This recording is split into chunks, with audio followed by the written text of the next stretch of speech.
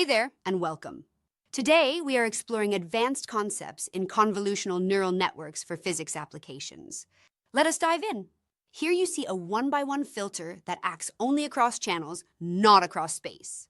This is referred to as pointwise convolutions.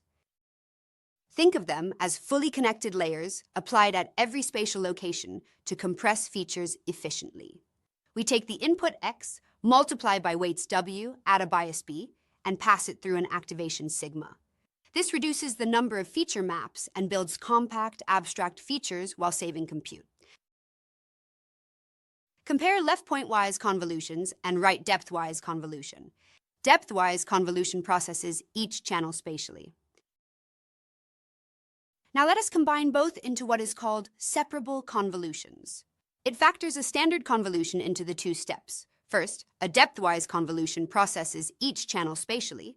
Second, a pointwise convolution mixes channels.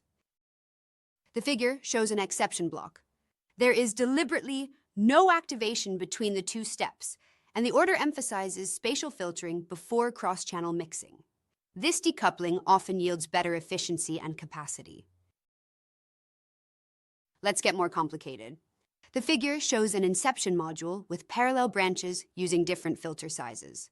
This trick captures fine to coarse patterns and widens a layer to sense multiple spatial scales at once.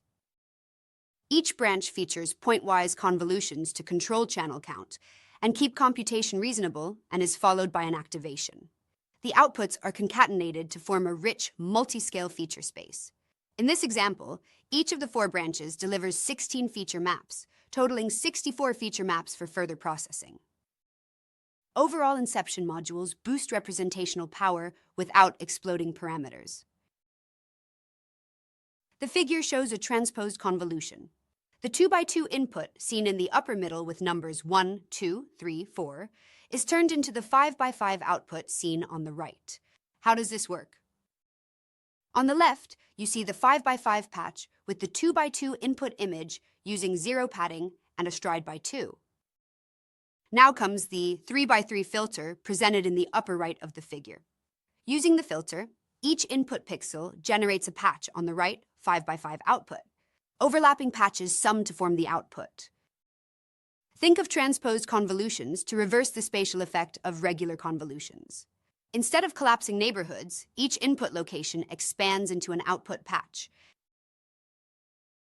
The next idea is a so-called residual block with a skip connection that adds the input to the output of a few layers. Here's the advantage. X is the input, Y is the output, and f of x is the residual mapping learned by a shallow stack of layers. If the residual branch f of x learns zeros, the block becomes an identity mapping by adding x, so already good features pass through unchanged. This makes training very deep networks easier, improves gradient flow, and reduces vanishing gradient issues. A related version of skip connections is a densely connected block where feature maps are being concatenated rather than added, growing the channel dimension as layers proceed. DenseNet connects each layer to all subsequent layers via concatenation. Each layer reads the collective feature map so far, enabling strong feature reuse and excellent gradient propagation. Because the channel count grows quickly, use pointwise convolutions to keep memory and compute in check. The goal of the U-Net architecture is to combine precise localization with powerful classification properties.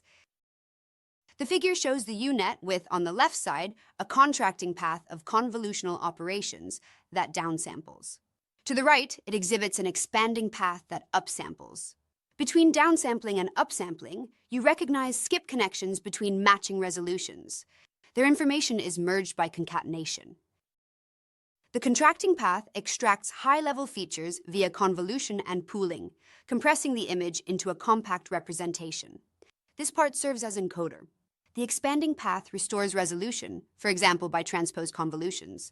This is the decoder part. Crucially, concatenation connects encoder features at each matching scale to the decoder, preserving fine details for accurate localization of objects. How should we handle densely packed sensors arranged in a hexagonal layout? The figure shows axial and offset coordinate systems for hexagonal grids. Take a look at the indexing. They differ by how the second index is positioned. Using such axial or offset coordinates organizes the grid for sliding filters. When data live on hexagonal layouts, we can share weights not only across translations, but also across rotations. The figure shows hexagonal convolutions, where a single filter is rotated across 6 orientations, yielding 6 orientation channels. The hexagonal symmetry group is referred to as P6 and is mapped to P6 in the next layer. Thus, subsequent layers continue to operate over the P6 group. This symmetry-aware sharing reduces parameters and often improves performance on hexagonal sensors. You have seen how Xception and Inception modules boost multiscale and decoupled efficiency. Transposed convolutions grow spatial size, residual and dense connections improve gradient flow and feature reuse, UNet fuses localization with classification, and HexaConv extends convolutions to rotational symmetry on hex grids. Thanks for watching, keep exploring, and see you next time.